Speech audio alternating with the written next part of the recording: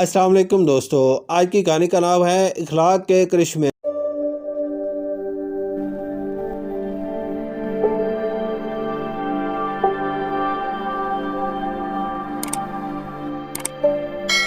खुश इखलाकी और हिकमत अमली से इंसान कई मुश्किल काम करवा सकता है। इस सिलसिले में कुछ वाक़यात में से दो पेश हैं। मेरे एक अजीज कराची से लाहौर आए और कुछ अरसे यहाँ क़याम किया। वो रावलपिंडी जाना चाहते थे। इनकी नशिस्त मैंने कराची से आने वाली रेल में मखसूस करा दी। जब हम मुकर्रर वक्त रावलपिंडी जाने के लिए अपनी नशिस्तों पर पहुंचे तो देखा कि वहाँ एक बुजुर्ग खातून बच्चों समेत बैठी हैं। जब हमने बताया कि ये नशिस्तें हमारी हैं तो वो लड़ने पे उतर आई और कहने लगी, हम तो कराची से रावलपिंडी तक के लिए बुक करवा आए हैं, हम खाली नहीं करेंगे। मेरे अजीज बुजुर्ग खातून की बातें बड़े तहम्मुल और सब्र से सुनी और कहने लगे, अम्मा जान आप बैठी रहें, आपके बच्चे भी यहीं बैठे हैं। इन्हें इतना वक्त नहीं कि टिकट चक्कर से वो फैसला करवाएं कि ये नशिस्तें किसकी हैं, हम फर्श पर बैठकर गुजारा कर लेंगे। फिर वो मुझसे मुखातब होकर कहने लगे, देखो इनकी शक्ल हमारी वालिदा से कितनी मिलती है, ये मेरा सफ़र अच्छा गुजरेगा।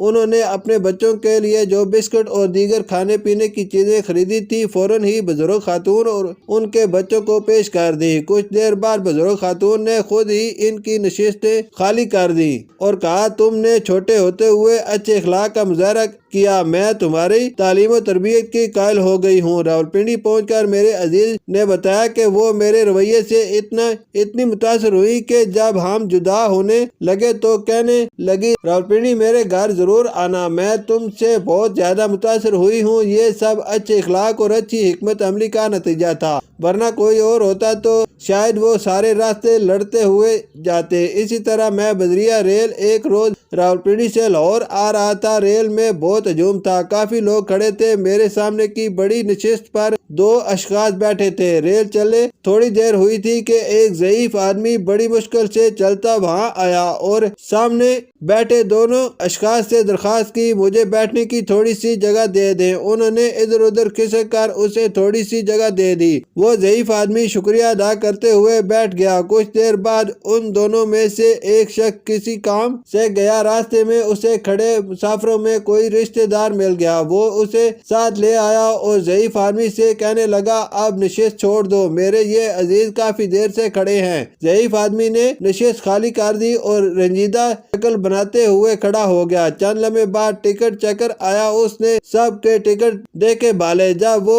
ज़ईफ आदमी के पास पहुंचा और उसका टिकट देखा तो हैरानी से बोला, बाबा जी आपकी नशिस्त है जिस पर दो लोग बैठे हैं और आप खड़े हैं। टिकट चेकर ने इन दोनों आदमियों को उठा दिया और बाबा जी को नशिस्त पर कब्जा ग्रुप बने बराजुमान थे और वो मुस्तहिक शख्स जिसकी नशिस्त थी खड़ा था। ये ज़ईफ आदमी का आला ज़र्फी थी कि उसने इन लोगों को नहीं बताया कि नशिस्त उसकी है और वो परेशानी और तकलीफ में खड़ा है। मैंने ऐसा आला ज़र्फ शख्स कभी नहीं देखा, ये किरदार भी मैं नहीं भूल सकता। शुक्रिया।